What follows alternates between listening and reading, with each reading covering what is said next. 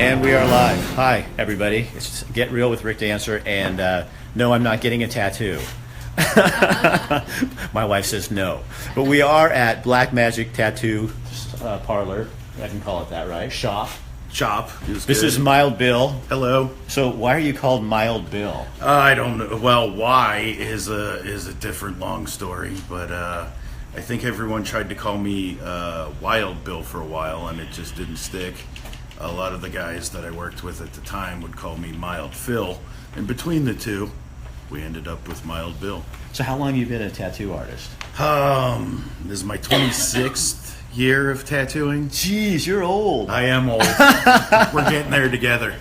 So we are here because you're with the A-Team Justice League. You're Yes, on the board. I am on the board. What is the A-Team Justice League? The A-Team Justice League is a nonprofit organization that is structured to try to help families in Lane County that deal with the spectrum of autism, family member, child. All the parents kind of came together years ago, and it started out as just a gathering of confidants to talk about dealing with autism together. A forum started on the internet, and that basic grassroots turned into the A-Team Justice League. Because it's pretty prevalent in our community, isn't it? Autism, It is. The spectrum, because it's a huge spectrum. This area, per se, too, we have a larger percentage of people on the spectrum than a lot of other areas in the nation. Some guy named Bill Daniels is saying hi to you. Hi, Bill Daniels. I think you know him. He kind Yes, of I helped do. set this whole thing up. Oh, you sure did. You're great, buddy. We love you. So all the month of April, local tattoo shops have been doing what? Explain to people. Well, Ink for Autism started, I'd say, 2012, and the president, Amy Rayfield of the A-Team, came in and had asked me in person if we would tattoo a bunch of the moms that were on the A-Team, and if it was possible to donate some of the money back towards the A-Team. So we started Ink for Autism. In 2012, it was just the one shop. We did it for a week long. We did 25% of every tattoo. We were able to raise over $650 that year to go back towards the A-Team. They got so excited about it, they asked if this could be a continual thing. And this year, how many? We have 4 shops. 4 shops are involved. I was kind of going through the transition of things. Is after that first year, other shops got involved. A week was a bit long, so we changed it to a weekend event. 25% was a little bit steep, so we changed that to 10%. The more people we have involved, the 10% works out just fine. We're usually able to raise about the same amount, but I think this year, with the 4 shops involved and the news coverage, pieces like this that we've been able to get out there this year, I think we're going to smash our record and probably even double the funds we bring in for the A-Team this year. It's really important. A lot of the tattooers I talk to, want to give back to the community. This is a great way to give back to the community. A lot of the families come in to get their puzzle piece tattoos. You don't have to get a puzzle piece tattoo. This year, more people than the A-Team members self-supporting the A-Team through this cause. We've now been able to reach out to the community, and just over this weekend, I tattooed 5 or 6 people that got regular tattoos that they're one time a year tattoo, but they wanted the money to go towards this cause. So why autism? Why is that such a big deal to you? Well, I really didn't know much until Amy came in and asked me that first I'm year. stripping. It's No, fine. I'm not Let's getting go. a tattoo. Let's do it. Everybody's on here going, Rick, you're finally getting a tattoo? No, I'm not getting a tattoo. I would love to have a tattoo. I can't do that. I mild billed my A-Team shirt this morning too. So, what was the question again? I said, why autism? Why autism? Well, I didn't know much about autism at all. I knew certain people that had autism, but never really close and personal. And when Amy came in and asked me to get involved with this, I started getting to know the families. I started to get to know the children. I got to participate in their lives. I got to see, I think the kids are wonderful. I think they're great. A lot of the moms will apologize for their behavior all the time, but they kind of act like I do. They're just out there being themselves, doing their thing. They're the most honest people. They are. It's fantastic. And I would rather be around that sometimes than I guess what are those the social norms and all people. that. Yeah, good I'm not stuff. sure what that is. I don't think. I think my wife thinks I'm on the spectrum too. And I'm happy with that. I could be. I haven't been tested, but I'm not going to go there. Okay. So last year, a couple of the moms I was tattooing were like, "You have great ideas. You help our cause so much. Why don't you join the board?" And I thought, okay, I'll give it a try. So I filled out the paperwork, and bada bing, here I am. But because this cause has helped so many people, I don't mind chairing it, for lack of a better word, now each year, and helping it expand and grow. I'm trying to reach all of the tattooers out there in Lane County. So next year, everybody, absolutely. If you guys want to join, hit me up on Facebook.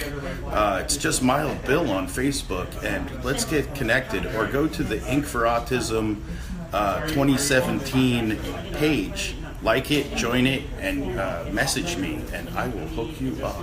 All right, we'll be back with you, okay? All right. All right, we'll get back to Mild Bill. We got somebody here who I want you to talk to. Katie, come over here. We do have people in the audience right here that I can't show you because they're getting a tattoo and they're not supposed to. I'm telling secrets. So we're going to keep it covered. Well, you're only not supposed to have a tattoo if they can see it. Right. If it's hidden, it doesn't really matter. So you're fine, right? This is Katie Hallert. Hi, everyone. Equinox Real Estate. That's right, with the Hallert Real Estate team. So tell me, you're helping to sponsor the show. Yeah, Bill, it's so great that you step up and do this sort of thing, because there's so many people that need help and who don't know about the situation. And so when you put it out there and you have the opportunity to just do simple things like go and get a tattoo, and that kind of helps your organization, that's fantastic. So thank you. So Katie's a realtor here in town, or the realtor here in town, and what we need is inventory. We do. Oh my gosh, it's. Hey, you guys over there? Yeah. We got to quiet down our studio audience. Sorry. Be quiet. Sorry. Alisa, you're going to get your turn. Yeah, whatever. So, right now our inventory is super low still. We're at 1.7 months worth of inventory. So what that means is if no new homes come on the market, it would take us 1.7 months to sell everything. Seriously? Yeah. That's not very much. So if you're somebody who's retiring or the kids just moved out. You have a big house, you want to downsize, this is the market to do it in. Or maybe you're in a small house, it's too tiny, you want to move up. There's buyers for every price range, and we need homes listed. So I had somebody come on here the other day when I was doing another show, and I was using your name because I'm always talking about you. Yeah. It's part of my thing. And she says, my son and his wife are looking for property. So they got a hold of you? They connected through that. I'm waiting to hear back from them. But yeah, I get to help everyone with everything. So not just listing properties, but buying properties too. I get to represent them and everything, and just. And you have a whole team of people. I do, yeah. So I have 2 buyer's agents and an assistant. I'm actually looking for more people to join my team. So if real estate is something you're interested in doing, you can call me. I'd be happy to talk to you about it. They have to know something about it? You have to be licensed. That's the trick. You have to get a real estate license. But if you're smart and you're motivated, it's something you can do. Okay, I'm motivated.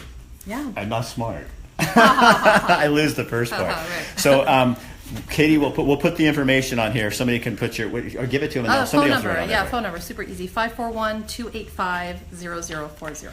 All right, cool. All right, Katie, thank you. Thank you, Rick. I'll see you at the next meeting. Yes. Alisa, come here. Yeah. Except you know what? You and I'm gonna sit down because you're short, and that's okay. Really? But I like that about you. There we go. Oh, I shut it off. I shut off my unit. There we go. Now we're on. Okay, this is Alisa. No one needs to see the top of your head anyway. No, that's true. That's true. It is. There we go. You don't know what I'm gonna do. I think it's. I know. See, but I think I've lost some No, you lose control. As much There as we this go. one. There we go. So, tell them who you are.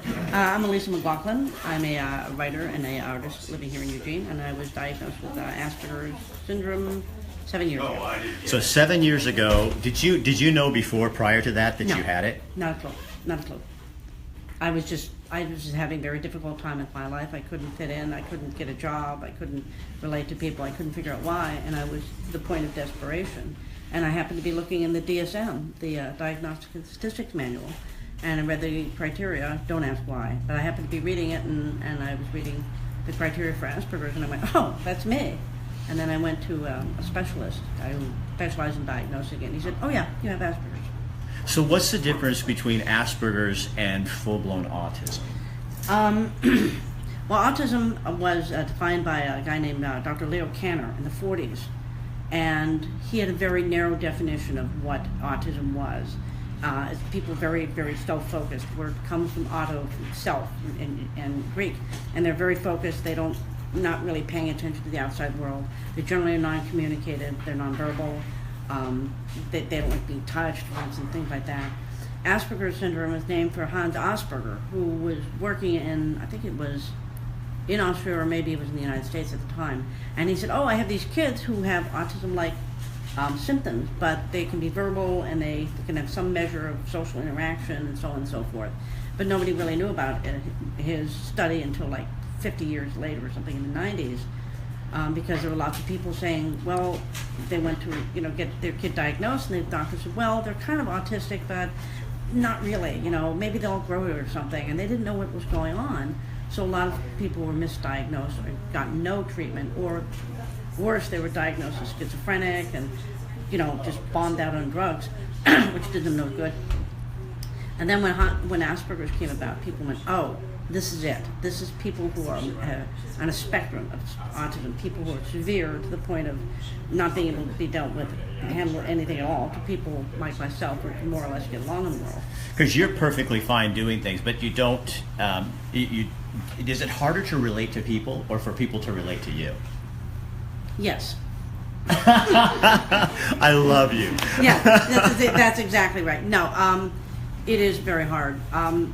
Virtually everybody that I've met with the autism community have talked about, they said the difficulty of dealing with social interactions is very, very hard. It's very stressful. You never know what you're going to say. I kind of pinned it down. I said, what the autistic person lacks is the ability of what I call social improvisation. When you talk to someone, it's like you give them a melody, and they take the melody and they change a little bit and they hand it back to you. And there's like a jazz session. That's what a conversation's like. But when someone who's autistic, they're tone deaf. And so you give them a melody and they go, yes, and they give the melody back to you and you go, I changed it. And they go, yes, and they give you the same melody, and they're like, and you're confused, and the other person, what am I doing wrong? We don't realize that there's supposed to be some improvisation there, and they're unable to communicate. Oh my gosh, you are so amazing to put that in words like that. Yeah. Did you guys hear? I mean, I hope that everybody's sucking that down. That is absolutely, I want to use it. yeah, phenomenal, because, It's true, though, that it took me a long time to come up with that. And here's the thing, is you're not necessarily doing it wrong, you just sing it different. That's right. We think we own the conversation, and we think that we own the melody, and what we have done through culture for eons is locked people like yourself out of the choir because you sang differently. Well, when you sing off key or you only know one melody, it's hard to be in a choir. So they go, well, you're not able to be in the choir, and so you sit off to the side going, I don't know what I did wrong. I can sing perfectly fine. I don't know what the problem is. And very often in a conversation, people are left puzzled, and I go, okay, they had that weird puzzled look like, well, look at the time, gotta go, and then I wonder, what did I say wrong? So every conversation is like walking into a minefield. You don't know whether you're going to step on something and it's going to blow up in your face. So imagine living like that every day. And that's what you do. Yes. Is it lonely? It's very frustrating, yeah. It's very lonely. It's hard to make friends. The people I do know say, oh, you're the most sociable person I know. And I go, I know you, and I now know your melody. In other words, I know their music, so I can accommodate that. But with total strangers, it's like, it's paralyzing, for a lot of people with autism. They go, and that's why they're like, they don't know what to say because they're afraid they're going to say the wrong thing, which invariably happens. So what can the I don't know, the neuronormals. Huh? The neuronormals. The neuronormals, you don't know me that well. My wife would say there's not much neuronormal about me. But what are the neuronormals? What can we do to make it better for people such as yourself? That's a good question. I think a lot of it is just being aware that people with autism often sound like they're being blunt or tactless, or they, sort of take over a conversation. And it's perfectly, one of the single biggest complaint among autistics is, why don't these people just say what they mean? Because there's so much subtlety in communication. Right. And just realize, okay, this person's autistic, that means they're not always going to get something. They're not necessarily get a metaphor, a metaphor, they won't necessarily understand subtle social cues, whatever those are. Or that they will seem tactless, but they're not. They're being blunt because they don't have that filter of, I have to be discreet, or I have to say this in a subtle way. And so when you're dealing with someone who's autistic, just go, well, that was kind of tacky. Well, no, that's just the way they are. It's fine, and just realize it. The same thing as someone who's in a wheelchair, or someone who is deaf, or someone who's blind. You just have to compensate for that. If you're talking to someone blind, don't use sign language, or Right. some visual thing. They're not going to get it. And if someone's in a wheelchair, you at least have a ramp so they can get into the house. And that's just understanding what their limitation is, or what you have to do to compensate for them, and just do that accordingly. Sarcasm can be a huge challenge for people who deal with autism. Actually, I come from a very sarcastic family, so I picked up on that real soon. So I do sarcasm very well, but a lot of people don't. Right, and it's a lot of friends that I have who are on, I would say, are probably on the spectrum. It's very blunt. Yeah. But you know what? The more I've been around them, I so appreciate that. Yeah. Because the rest of the world is kind of kiss ass, and I mean, it's okay. It's Facebook. You can say that. Let's put it this way: if you go up to someone autistic and say, "Do you think these pants make me look fat?" They're going to be truthful with you. How do you like that shirt? No, it's not you.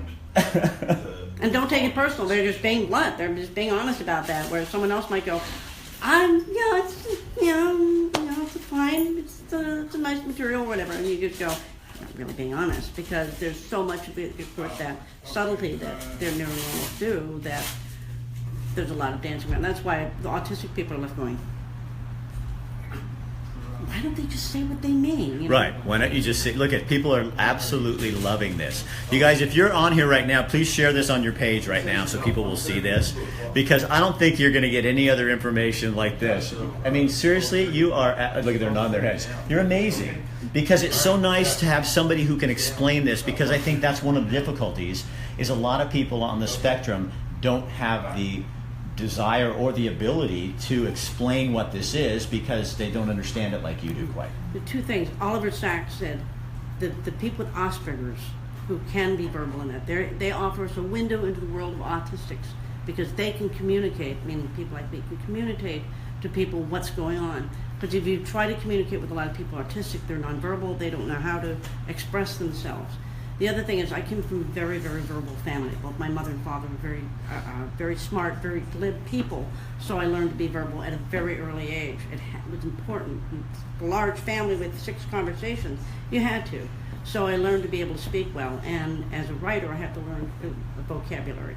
So I have that advantage. But a lot of people are autistic, or even high on the spectrum.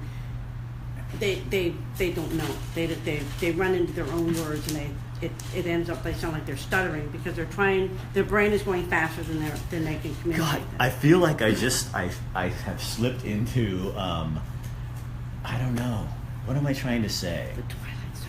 No, I feel like you have just opened a window. Awareness. At what? Yeah, like I mean, seriously, if you are watching this, you are so fortunate, because I feel like you just look at, they're just hearting this thing like crazy. You've opened a window into a world that we are afraid of. And so sometimes when you see that person on the street corner and you think they're weird, they're not really weird. No. Probably one of the greatest physicists of the 20th century, a man named Paul Dirac, hardly ever said 3 words. He was a classic textbook autistic, but he was brilliant. He was just utterly brilliant, but because he was able to focus that and not deal with all this other social stuff, because he lacked those abilities, like social ability and that, he was able to focus and do these things that nobody else could do. They think that maybe even Albert Einstein had a touch of it. And Leo Kanner, the man who coined the term, says autism, a touch of autism is really essential to genius, because it allows people to zero on those things and not be distracted by having to deal with social stuff and whatever other things that neuronormals have that we lack. So people. So you may meet somebody say they think they're eccentric or they're just weird or something. They may in fact be a genius. They may be brilliant. They may not be. Unfortunately, I'm finding out more or less average.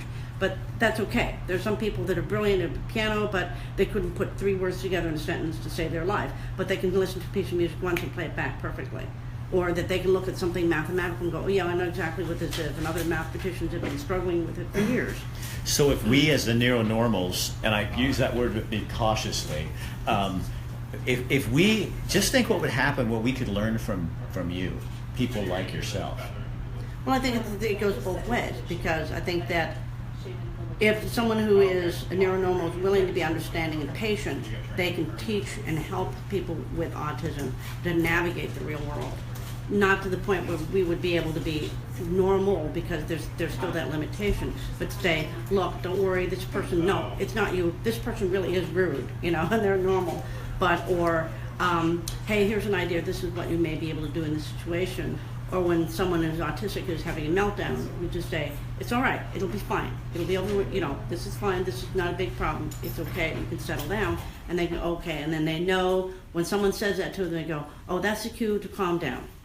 But it goes both ways, because I think neuronormals can learn that how to deal with people differently. We're so used in the society of everybody has to be the same.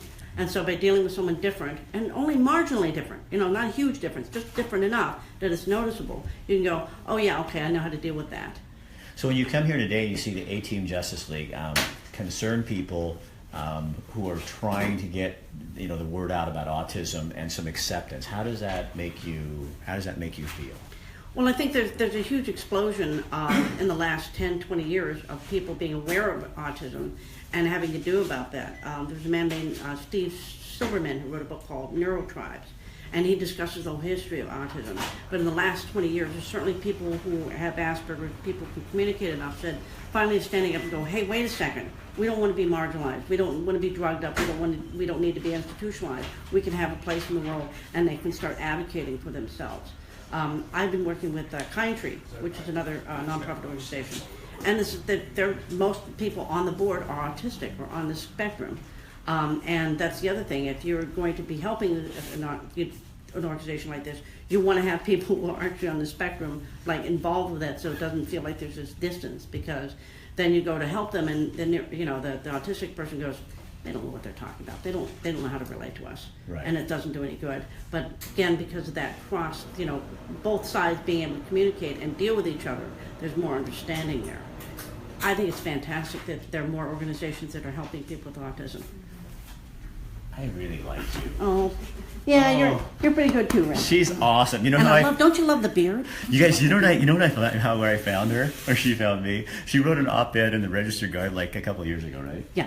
Oh my God, I read it and I'm like, oh, she's just nailing it. I mean, because she was going, I can't change. This is who I am. I'm not going to leave it alone. And I was going, man, she's speaking my language. And you just opened a lot of doors for people. And I think right now you just touched a lot of people's hearts. And maybe people out there are thinking just a little bit differently about what this is. Yeah, and the other thing I want to point out, a lot of parents, they hear their kid has autism and they freak out and they think it's the end of the world. It's not. It's just you're going to have to find a way to communicate with them. Your kids love you. The kids want to express that to you. They just don't know how. When you find the way to do it, it'll be great. And hold on, I'm going to move it this way because we've got a client going in to get a tattoo. And we don't want them to see That's going to be a hidden tattoo. And you know what happened? Hold on, you guys. We don't understand the unfortunate body parts. No. Well, I lost my battery, so I put this by hand out of here. You guys just hold on. This is the old-fashioned way. It's the old-school way. Yeah. So thank you for being with us. And I was going to say something too. You said if you find out you have a child with autism or on the Aspergers spectrum, autism spectrum, Yeah. You get to learn a new way to communicate. There's nothing wrong with that. No. There was a story of a woman whose child never liked to be touched, and she got a service dog or something, and the kid immediately laid down the dog and was great with the dog, and she was in tears, and she found a way to communicate with the kid because she can use the dog as a vehicle to help her to communicate with her kid. There you go. Thank you for doing this. Sure, no problem, anytime. All right, come here. Hurry, come over here. We're going a little long, but who cares? It's our show. We can do what we want. And you are? Jamie. And how are you connected to the A-Team? I am on the board of directors for the A-Team, and I'm also diagnosed with Asperger's. Really? Yes. So when she's talking, what are you thinking? She's saying a lot of stuff that I've never even thought of. I think I'm articulate and I think I have it down, and she just like blew my mind. Yeah. It's kind of fun to feel normal, huh? Yeah, it is. Yeah, she makes me feel like she keeps calling me neuronormal, and I'm going, oh my gosh, that's probably the worst way to describe me. But, Yeah. So how long have you known you've been on the spectrum? Well, I was diagnosed with disabilities when I was in elementary school, but the actual Asperger's wasn't put together until my late 20s, about 10 years ago. Wow. And so how does that affect you in your life? It's very hard socially. People expect a lot from me because I present normally, so they expect me to be functioning with them, and I'm missing cues left and right all the time, professionally, personally, all of it. And it's like, that's where I'm learning about myself, that there's things I do and I go, wait a minute, they're not receiving it that way. Right. And you don't know what to do to change it. And like I hid it for years in the news business because I understood. Don't you find that if you understand your surroundings, you can do it? Yeah. And as soon as you get into a place where it was different when I left the news business after 25 years, and all of a sudden I'm on my own, it gets a little bit different then. Definitely. And then all those little secrets start coming out. Yeah. You know? The longer you're there and the more comfortable you should be getting, the more you start to find your deficits in a specific setting. Yeah. So the A team for you is what? It's my little tribe here. I moved up here to Oregon with no family or anything, so I generally don't make friends. I haven't had a friend in probably 10 years. So yeah, it's my little clique. And you're right, because nobody would know that if they saw you. Right. Because you're kind of hip chick and doing your thing and all Right. that stuff. And deep inside, she's just like the rest of us. Yeah. Well, thank you for having us over. Absolutely. And thank you for what you guys are doing, too. Hey, Mile Bill, come here. Can Jamie talk a little bit about where we're going and what we're doing with this? Yeah. Go ahead. Yeah, we're Go currently ahead. raising funds to build a sensory gym in Lane County. Yeah, and a sensory gym outside of just being a gym or a playground. It'll specifically stimulate vestibular, occipital, and all the sensory type things that aren't stimulated in a regular playground. So we're raising $110,000, hopefully over the next 3 years. And how can people get a hold of you if they want to get involved? They can get a hold of us on our Facebook. We're on Twitter. We're on Instagram. But going to the Facebook, we have a closed forum, and we also have a public page if you look up A-Team Justice League. Okay. And Oh, there you go. and our website, yes. And our actual website, ateamjustice.org. Can somebody put on ateamjustice.org so people who come on here will see that on there? And go like their Facebook page. It'll keep you informed. And a sensory gym, I've done this with you guys before on the sensory gym. It's really a place where, because a normal setting gym is really tough for people with autism or on the Aspergers spectrum. It is, as far as the sensory stuff, the sounds, the lighting, all of that. And then the equipment is not for us. I lift weights, but I can't do it with my shoes on. I need different footing. I need to be able to feel the ground. If gym floors were different, I could do my powerlifting and Olympic lifting without having my shoes off. So that's the project, you guys, and that's the team. So if you want to get on the A-Team, this is doing something. This is putting your money where your mouth is. We can talk a lot about what we want to do in our community to help out. But man, when you're doing something like this, that's pretty powerful, isn't it? Yeah. All right. Mile Bill, you got anything else you want to say? My hand's shaking. Thank you so much. Thank you. No, I didn't even know you were going to be there. Get over here, buddy. All right. I'm keeping it right here because my hands are shaking. Come here. It's all good. Yeah, I don't know much else to say except even if you're not into getting tattoos, a donation of $5 would really, really help the cause. Please go to the ateamjusticeleague.org and we have a donation button. There's a thermometer on there. You can watch the progress of how much we're making. We collect bottles and cans. Also, if you don't want to return your bottles and cans, give us a call and we will take them. Oh my gosh, I just bitched about that the simplest the other day. It's the simplest way to donate. And $5 here and there, $5 from anyone builds up and helps families in Lane County. All the money stays right here.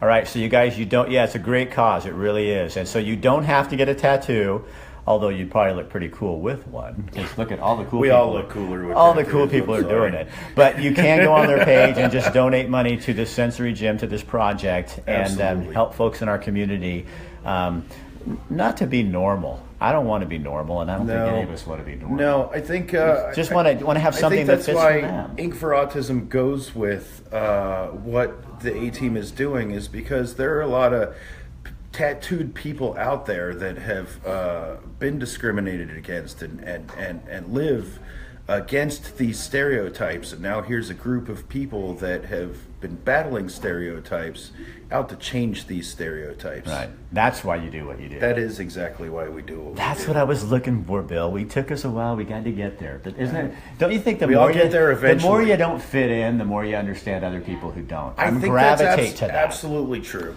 And that's why this is called Get Real with Rick Dancer, because we're not doing any of the phony stuff. We're only doing real things. So you guys get involved with this. Also, Derek put a little thing on there if you guys want some swag. We got hats and sweatshirts and T-shirts and all that kind of garb, so you can walk around and show that you're not into fake. You're into getting real. And this is where the rubber hits the road. So get involved and have fun. Bill, everybody, beautiful Bill. People really like you. Tattoo people. Thank you They're all. loving it. All right, you guys. Thank Bill for sponsoring. Katie Hallert with Equinox Real Estate. Couldn't do it without people like her.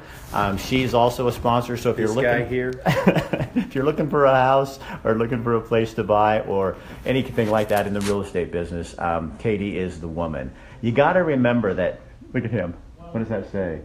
Awesome, accepting, able, accommodating, active, advocates, assertive. If we get to a word I can't say, I'm in trouble. Abundant, adaptive, accomplished, aware, accountable, accessible, authentic, animated, appreciative, artistic, and articulate. That about sums it up for the day. You guys, the best thing A-team. that's the A-team. The best thing you can do for us now, take this, share it to your page. You guys, and here's the thing. I know if you don't. I go on here and I can see who shares it, who doesn't. If you don't share it, I will come and find you and hunt you down like a dog. It's the Santa Claus beard, isn't it? That way. So share this on your page so people can hear the message, hear what Alisa had to say, and really understand better that autism and Asperger's is just another way of thinking. And here's the thing you should think about. What if they're right and we're wrong? Yes. You never know. Amen.